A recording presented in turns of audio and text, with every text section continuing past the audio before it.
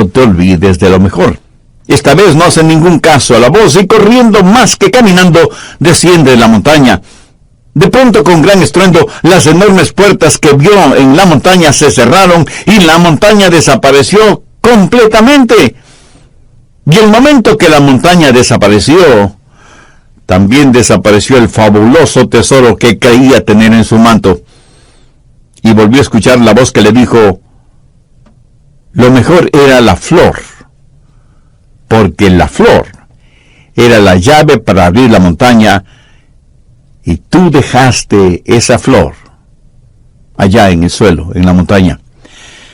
Por supuesto, es solo una ilustración, un cuento, una fábula, una parábola. Usted llámela como quiera llamarla, pero escuche, lo mejor, la llave para abrir todos los tesoros del cielo es la oración. No se olvide de lo mejor. Jesús dijo: pedid y se os dará, buscad y hallaréis, llamad y se os abrirá. Jesús dice que si pedimos y buscamos y llamamos, se nos dará, hallaremos y se nos abrirá. Por lo tanto, no hay sustituto para la oración. Si usted pierde una pierna o un brazo, en la actualidad los puede reemplazar con una pierna o brazo artificial. Hoy por hoy hay sustitutos para la comunicación. Si el teléfono regular falla, hay teléfonos celulares, inalámbricos, emails, Facebook, Twitter, Internet y quién sabe qué otras cosas más nos depara el futuro. Pero la verdad es que no hay sustitutos para la comunicación. Y ya no es cosa de ciencia ficción que un día de estos los clones sustituirán a los seres humanos. Y sin embargo no hay sustituto para la oración. Ni la elocuencia, ni el intelecto, ni la energía, ni el entusiasmo, ni las buenas intenciones son reemplazo para la oración. Yo creo que el más grande recurso del mundo aún no utilizado es la oración. Se estudia para ver cómo se puede aprovechar la tremenda energía que hay en los relámpagos o en las inmensas olas del océano, o cómo aprovechar más eficientemente la energía solar. Pero la más grande fuente de energía, aún totalmente desconocida por los seres humanos, es la oración ferviente. Y somos unos necios que estamos ignorando esa energía. ¿Por qué la pobreza de muchos cristianos? ¿Por qué la falta de poder en la vida de muchos creyentes? Una sola respuesta: vidas sin oración. Si algún fracaso tenemos en nuestra vida, es el fracaso en nuestra vida de oración. No tendríamos pecados en nuestras vidas que la oración ferviente no hubiera podido ayudar a evitarlos. No hay ninguna necesidad mayor en nuestra vida que desarrollar una vida de oración. Y alguien seguramente me preguntará: pastor, ¿por qué Dios quiere que oremos? Usted mismo ya nos ha enseñado que el Padre conoce todas nuestras necesidades, aún antes de que nosotros las mencionemos. ¿Por qué pedirle a Dios que haga lo que ya ha determinado hacer? Mi amigo, esas son muy buenas preguntas. ¿Por qué? ¿Por qué debemos orar?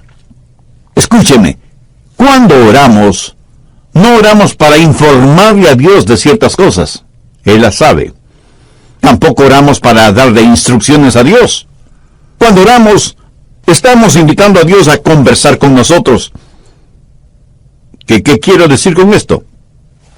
Verá, Dios quiere hacer realidad ciertas cosas en nosotros. Y quiere hacer ciertas cosas por medio de nosotros. Y quiere hacer esas cosas si es que nosotros se las pedimos en oración. ¿Por qué Dios nos pide que oremos?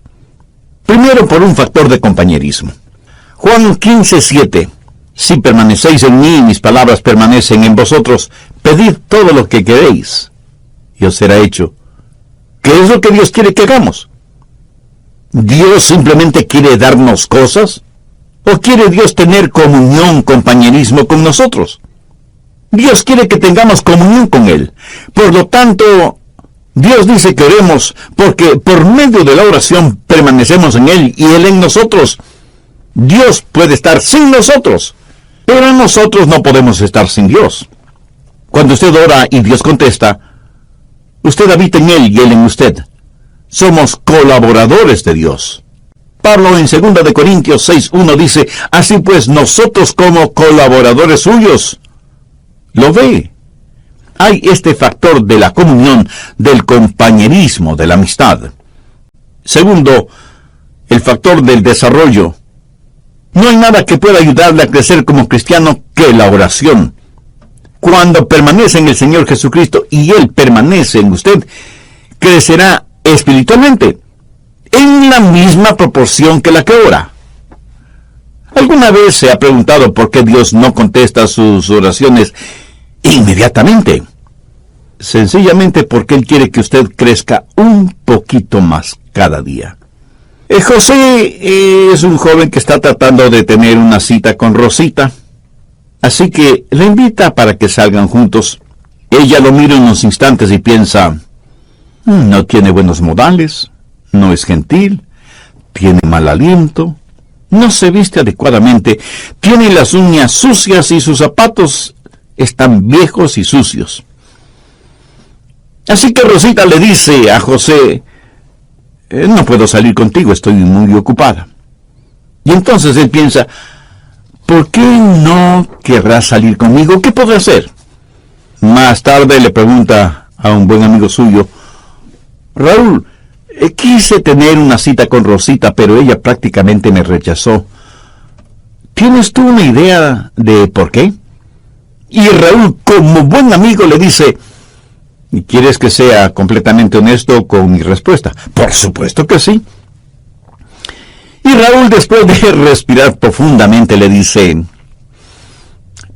mira, José, tienes mal aliento. ¿Cómo que yo tengo mal aliento? No puede ser. José, estoy siendo honesto contigo. Y José va y compra un agradable enjuague bucal, usa una pasta dentífrica que refresca el aliento, y después de algunos días vuelve a invitar a Rosita, y Rosita vuelve a decirle que no. Otra vez va a consultar con Raúl, y Raúl le dice, pero mira la manera en que estás vestido. No tienes un espejo. Tu camisa está más que sucia, hueles muy mal, parece que no usas nada contra el mal olor de tus axilas, y mira tus zapatos, más horribles no pueden ser. Después de un par de semanas, José va nuevamente donde Rosita, pero luce diferente. Su ropa está limpia, está bien afeitado y masculinamente peinado. De su cuerpo se desprende un suave olor, como brisa marina. Sus uñas están recortadas y limpias, y sus zapatos parecen de charol. Y le dice, Rosita, ¿quieres salir conmigo? Te invito a tomar unos helados. Y casi no lo pudo creer cuando ella le contestó, José, me dará mucho gusto salir contigo. Y los dos tuvieron una tarde maravillosa. Sí, yo sé que esto es solo una ilustración, pero escúcheme. Algunas veces nos acercamos a Dios y simplemente le decimos, Dios, haz esto. Pero hay algo que Dios quiere que nosotros hagamos primero, y es orar, porque la oración ayuda a desarrollar nuestras vidas. Cuando Dios no nos da algo que le hemos pedido, enseguida preguntamos, ¿por qué Dios no contesta mis oraciones? Y el Espíritu Santo nos dice, porque hay pecado en tu vida, eres egoísta, eres carnal, te interesa más lo temporal y material que lo espiritual y eterno. Mi amigo, marque mis palabras, hay un factor de desarrollo en nuestras vidas. Cuando oramos, Dios nos hace crecer por medio de la oración. Tercero, el factor de la dependencia en la oración. Dios nos hace crecer espiritualmente por medio de la oración. Jesús dijo en Juan 15:5, porque separados de mí, nada podéis hacer. Si Dios contestara nuestras oraciones automáticamente, no habría ningún crecimiento. Pero si nunca tuviéramos que orar, no habría ninguna dependencia. La oración es la forma en que nos fusionamos con Dios. Y esa es una maravillosa promesa. Pedir, buscad, llamad. Pero no solo una promesa que reclamar, sino un proceso a seguir. ¿Alguna vez ha puesto atención a los verbos en este versículo? pedir, buscar, llamar. Eso es un proceso que va creciendo en intensidad. Pedir para recibir, buscar para encontrar, llamar para que se nos abra. Así, este versículo es una promesa y un proceso. La promesa de que Dios nos escuchará. Enfoquemos este punto. Usted se acerca a Dios y le pide algo. ¿Sabía que el más grande problema en la oración no es la oración no contestada, sino la oración no verbalizada? Muchos ni siquiera llegamos a pedir. Santiago 4:3 dice, pedís y no recibís, porque pedís mal.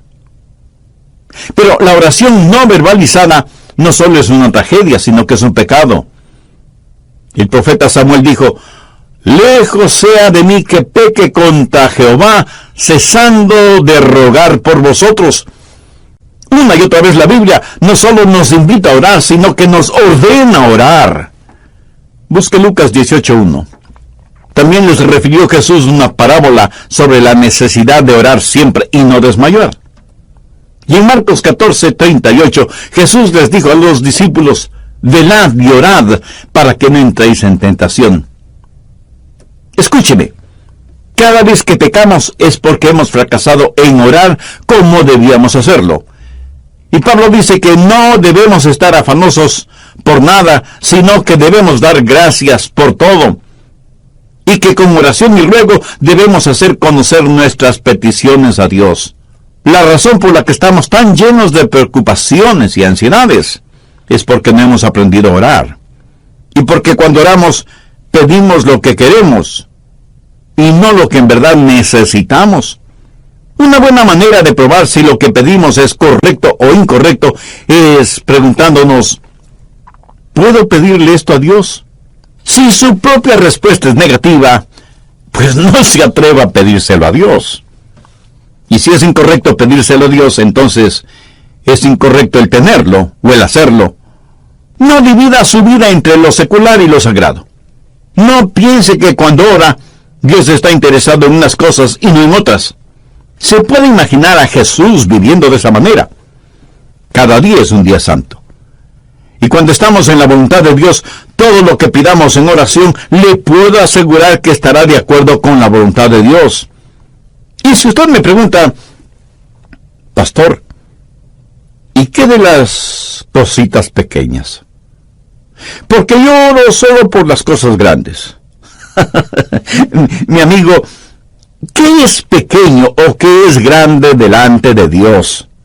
Debemos orar por todas las cosas. Sí, ore por la salud de su cónyuge o sus hijos, ore por su trabajo o su negocio, pero ore también por el fin de semana o las vacaciones con su familia.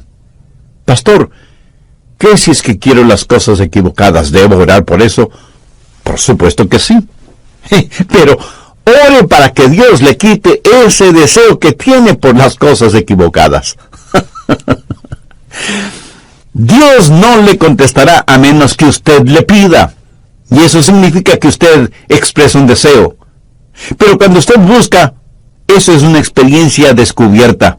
Verá, muchas veces pedimos las cosas equivocadas.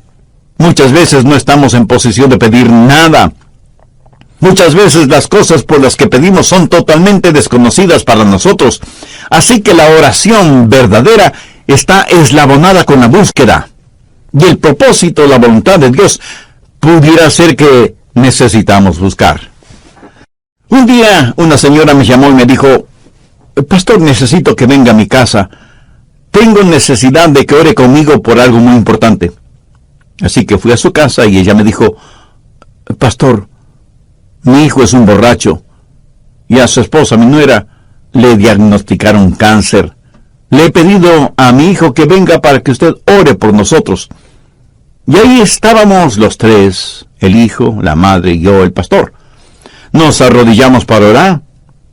Ella oró, yo oré, y el hijo, un hombre de tal vez unos 35 años, me dijo, pastor, usted no está orando. Yo pensé que había orado en voz muy baja, y por eso él no me había escuchado. Volví a orar, elevando el tono de mi voz, y sin embargo, él me dijo, pastor, Por favor, ore. Eso me incomodó en cierta forma, pero oré un poco más. Cuando abrí los ojos, la mamá ya no estaba con nosotros. Solamente estábamos él y yo.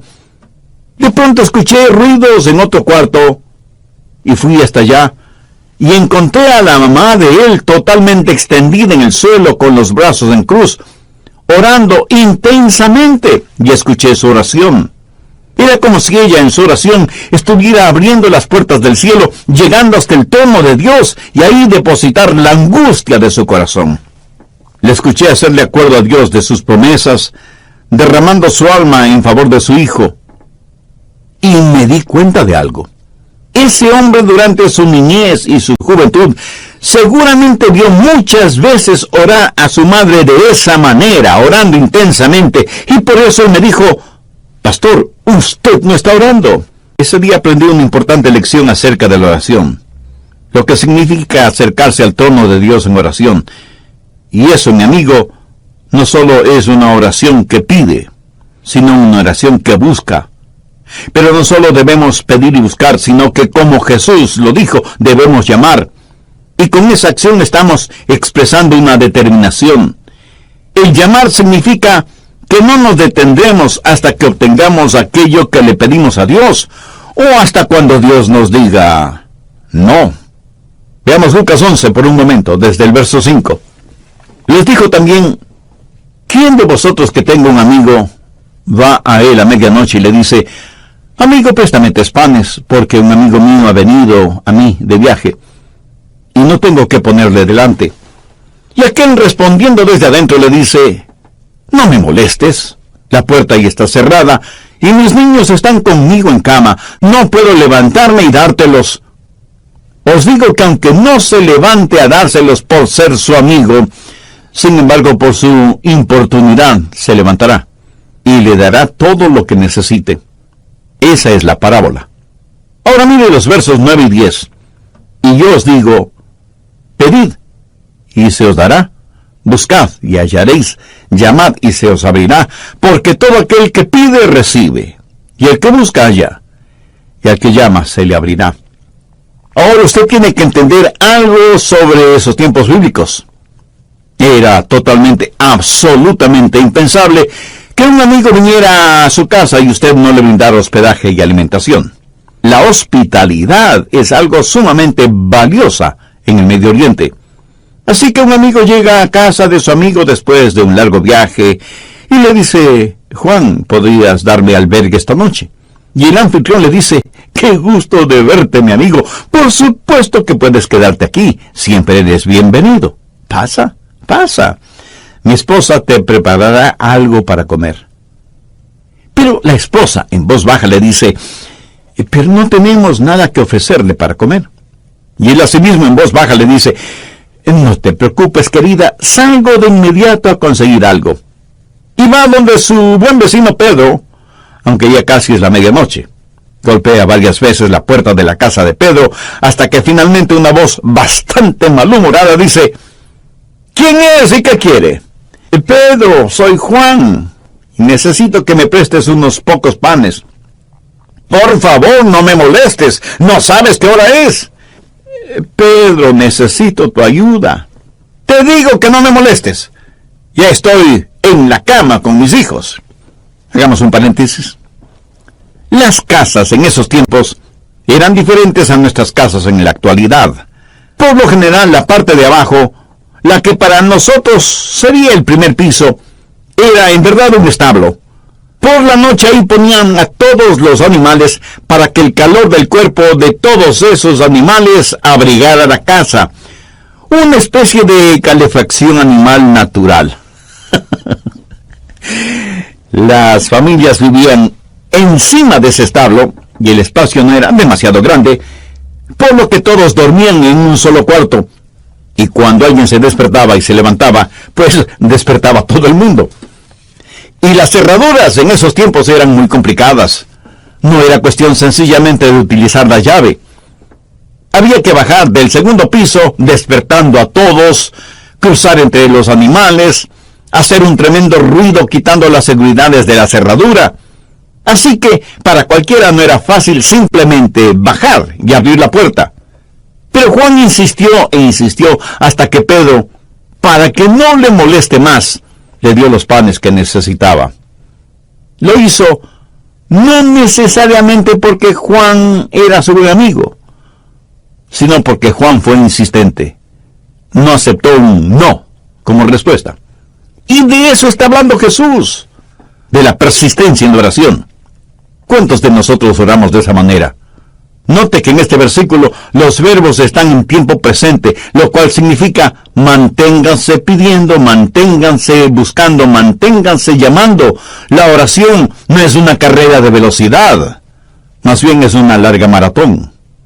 En el Evangelio de Lucas capítulo 18, Jesús también habló acerca de una viuda que fue donde un juez injusto, buscando justicia. Y este juez no tenía miedo de Dios ni de los hombres. Era un ateo, un juez ególatra. Y la viuda venía una y otra vez porque necesitaba hablar con el juez. Finalmente el juez falló a favor de la viuda porque, como ese juez mismo lo dijo, no quiero que me agote la paciencia. Esta ilustración la utilizó Jesús para poner de relieve que si un juez injusto puede actuar de esa manera, ¿cómo un juez justo no va a escuchar nuestras oraciones? Dios no es como un juez injusto. Y si Dios, el juez justo, nos contesta, no es para librarse de nosotros antes de que se le acabe la paciencia. Dios quiere que persistamos en la oración porque Él está haciendo algo en nosotros y por medio de nosotros. Y siempre vamos a encontrar a Jesús enseñando la persistencia en la oración. Y sea que usted lo entienda o no, es una enseñanza bíblica.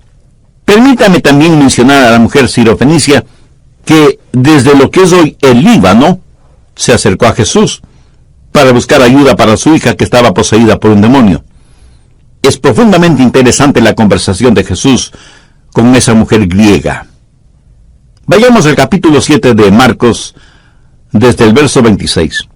La mujer era griega y sirofenicia de nación, y le rogaba que echase fuera de su hija al demonio. Pero Jesús le dijo, deja primero que se sacien los hijos, porque no está bien tomar el pan de los hijos y echárselo a los perrillos. Respondió ella y le dijo, sí, Señor, pero aún los perrillos debajo de la mesa comen de las migajas de los hijos. Entonces le dijo, por esta palabra, ve, el demonio ha salido de tu hija. Y cuando ella llegó a su casa, halló que el demonio había salido, y a la hija acostada en la cama. Cuando Jesús usó la palabra perrillos, hacía referencia a perritos mascotas. Note que la mujer no se siente ofendida por eso, y más bien le dice a Jesús que aún los perrillos están felices de comer las migajas de pan que caen de la mesa. En el original, ella no usa la misma palabra que Jesús utilizó para perrillos. Ella usó una palabra que describe a un perro callejero, flaco y sarnoso. Por eso Jesús se sintió conmovido y le otorgó a la mujer lo que le había pedido. Durante las horas finales de su pasión, Jesús oró a su Padre varias veces. Jesús, el Hijo de Dios, prevaleció en la oración. El apóstol Pablo habla de una espina en la carne y dice que 3 veces le pidió a Dios que se la quitara. Esto significa que Pablo tuvo 3 extensas sesiones de oración sobre un largo periodo de tiempo, hasta que Dios le contestó. Pero Dios no le contestó como Pablo se lo pidió, sino como Dios quiso contestarle. Elías oró por lluvia, y estando en el monte Carmelo, envió a su criado a ver si descubría alguna nubecita en el cielo. Nada. 6 veces dio la orden y 6 veces la misma respuesta. Nada. Pero a la 7ª vez el criado vio una nubecita del tamaño del puño de un hombre. Esto es una ilustración de la oración persistente de Elías, quien, juntamente con su criado, comenzó a caminar porque ya se escuchaba el sonido de una abundante lluvia. Ahora, ¿Cómo saber cuándo pedir o cuándo dejar de pedir? ¿Cuándo buscar y dejar de hacerlo? ¿Cuándo llamar y dejar de hacerlo? Al respecto, permítame mencionar 3 pasos. Se detiene cuando Dios le da lo que usted ha pedido. A veces las respuestas de Dios son directas. Otras veces son diferentes. Algunas veces Dios demora sus respuestas. Otras veces simplemente las niega. ¿Pero cómo saberlo? Bueno, si Dios le otorga lo que usted ha pedido, ya no hay que seguir pidiendo, ¿no le parece? Pero algunas veces usted ora por algo, y aunque no lo tiene en sus manos, lo tiene en su corazón. Quiero decir, algunas veces Dios le dirá, ya lo tienes. Y usted tiene la seguridad de que lo que ha pedido Dios ahora, ya se lo ha dado. Y usted comienza a alabarle por eso. Y debemos reconocerlo. Algunas veces Dios dice, no. Entonces usted simplemente deja de pedir. Y aunque Dios le haya dicho, no, agradézcale. Porque Dios nos da solo cosas buenas. Y si no nos da algo que le hemos pedido, es porque seguramente eso no será bueno para nosotros. Pero usted se mantiene pidiendo hasta que Dios le diga sí, o espera, o definitivamente no. Entonces hay una promesa que reclamar, hay un proceso que seguir y hay una provisión que debemos gozar. Note que el Señor Jesucristo dice por qué y cómo contesta nuestras oraciones. Volvamos a Mateo 7, desde el verso 9, y veamos cómo el Señor ilustra esto. Jesús hace la pregunta, ¿qué hombre hay de vosotros que si su hijo le pide pan, le dará una piedra? ¿O si le pide un pescado, le dará una serpiente? Pues si vosotros, siendo malos, sabéis dar buenas dádivas a vuestros hijos, ¿cuánto más vuestro Padre que está en los cielos dará buenas cosas a los que le pidan? Ahora, ¿cómo sé que Dios va a contestar la oración? Pues note lo que Jesús está diciendo. Es algo razonable y que va de acuerdo a nuestra naturaleza humana. Tome un hombre que no ha sido salvado, un hombre que no conoce a Dios. Si sus hijos le piden comida, no les dará comida. Jesús dice que si nosotros, siendo malos, sabemos dar cosas buenas a nuestros hijos, ¿cuánto más nuestro Padre Celestial no nos dará cosas buenas si es que le pedimos? ¿Por qué sus oraciones serán contestadas? Pues porque Dios es bueno. Sabe eso con certeza en su corazón, en su mente. Dios es bueno. Dios se deleita en contestar sus oraciones. Dios quiere contestar sus oraciones porque nuestro Dios es un buen Dios. Pero Dios no solamente que es bueno, sino que además es sabio. Si usted le pide pan, tenga la seguridad de que no le dará una piedra. Él nunca nos dará algo que sea malo. En la Palestina abundan miles y miles de pequeñas rocas que por su color y su textura parecen pequeños panes. Si usted le pide a Dios pan, Él le dará pan, no una roca que parezca pan. Ahora escúcheme, si usted le pide una roca, Él no le dará una roca. Él no le dará ninguna cosa mala, aunque usted se lo pida. ¿Por qué? Porque Dios es bueno, sabio y capaz. Yo tuve un padre terrenal a quien amé mucho. Cuando cumplió sus 86 años, pensaba que tenía solo 40. Ah, mi querido padre. Él tenía sus limitaciones como todos los seres humanos las tenemos. En cambio, mi Padre Celestial no tiene limitaciones. En Él tengo la simpatía de un padre y la soberanía de un rey. Él es un padre que me escucha y un rey que me contesta. ¿Por qué Dios contesta, escucha mis oraciones? Porque Él es un Dios bueno, sabio y soberano. ¡Qué poderoso Dios al que servimos! Nosotros somos unos necios si es que no aprendemos a orar. Jesús dijo que si pedimos se nos dará, si buscamos lo encontraremos, y si llamamos nos será abierto. La cosa más sabia que podemos hacer es aprender a orar. Es Dios su Padre Celestial. Aquí Jesús no está hablando a la gente perdida, está hablando a los salvados. Si el Señor Jesucristo aún no es su Salvador, significa que usted necesita ser salvo, y puede serlo ahora mismo, si ese es el deseo de su alma. Le invito a repetir conmigo una sencilla oración. Dígala con sus propias palabras, pero dígalas con profunda fe, con sinceridad y con convicción. Dios eterno y Padre celestial, tú sabes que la oración es uno de mis puntos fuertes. De hecho, es uno de los puntos más débiles de mi vida espiritual. ¿Alguna vez ha puesto atención a los verbos en este versículo? Pedir, buscar, llamar. Eso es un proceso que va creciendo en intensidad. Pedir para recibir, buscar para encontrar, llamar para que se nos abra. Así, este versículo es una promesa y un proceso. La promesa de que Dios nos escuchará.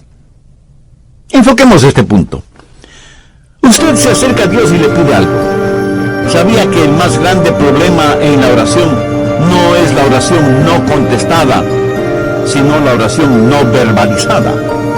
Muchos ni siquiera llegamos a pedir. Santiago 4:3 dice, pedís y no recibís, porque pedís mal.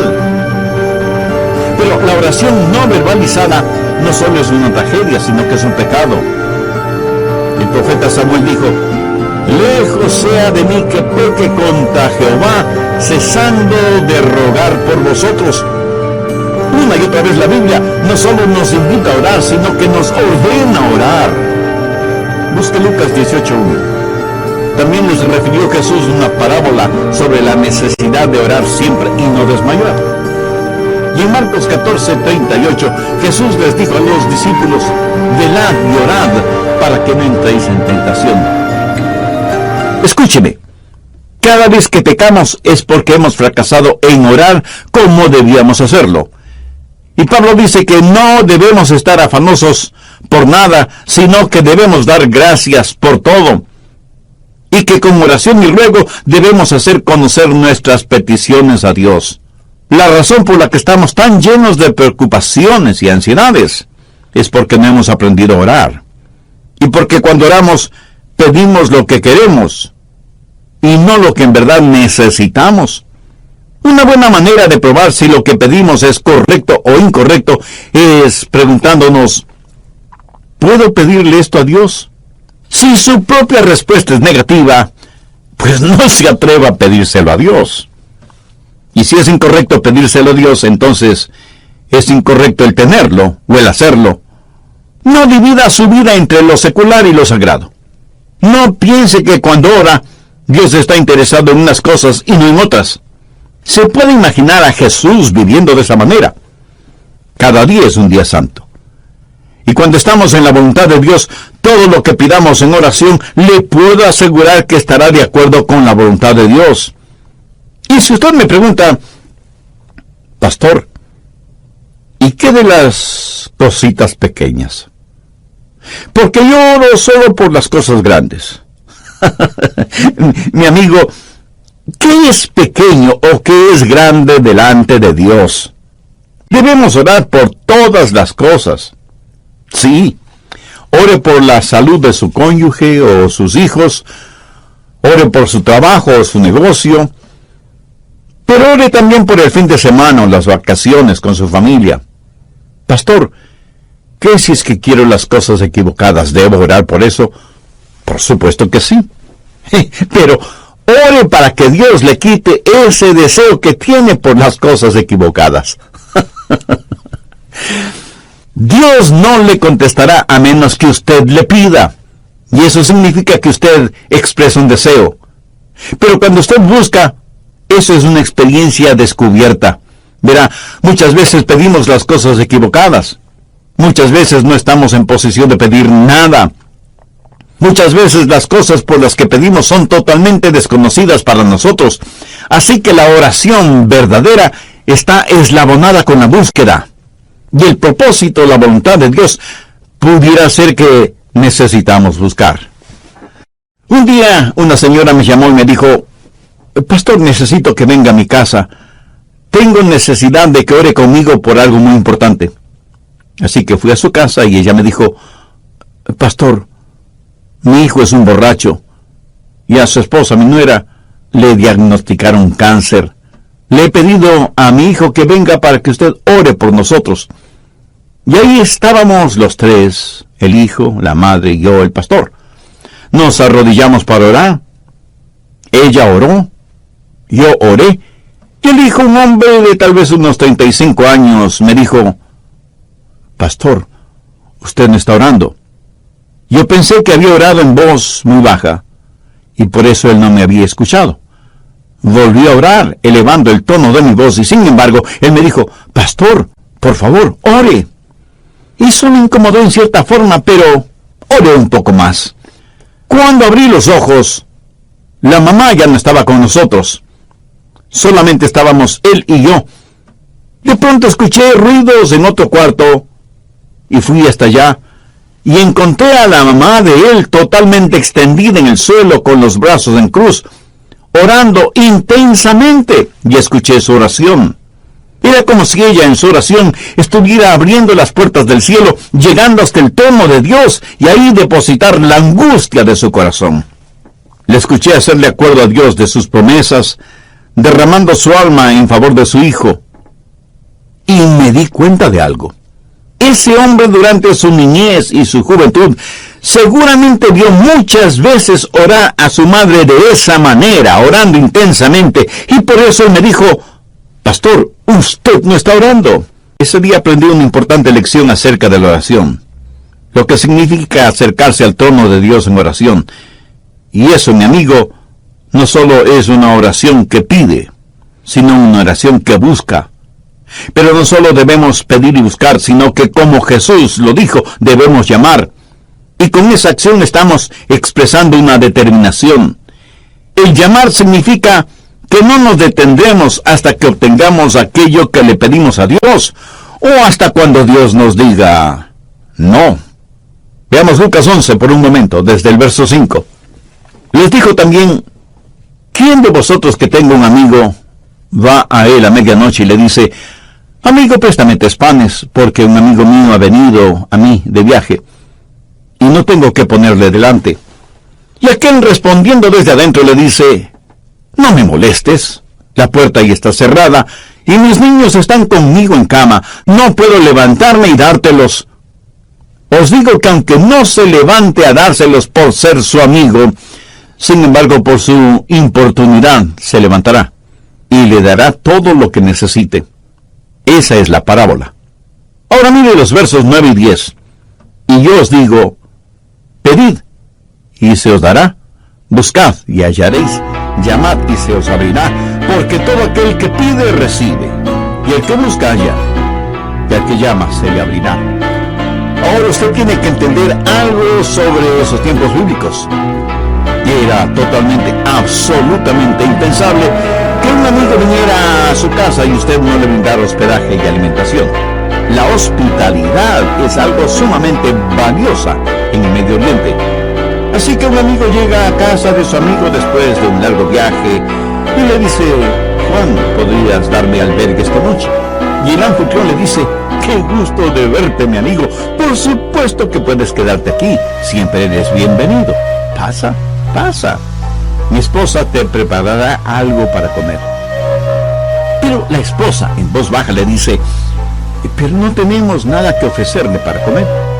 Y él asimismo en voz baja le dice: no te preocupes, querida, salgo de inmediato a conseguir algo. Y va donde su buen vecino Pedro, aunque ya casi es la medianoche. Golpea varias veces la puerta de la casa de Pedro, hasta que finalmente una voz bastante malhumorada dice: ¿quién es y qué quiere?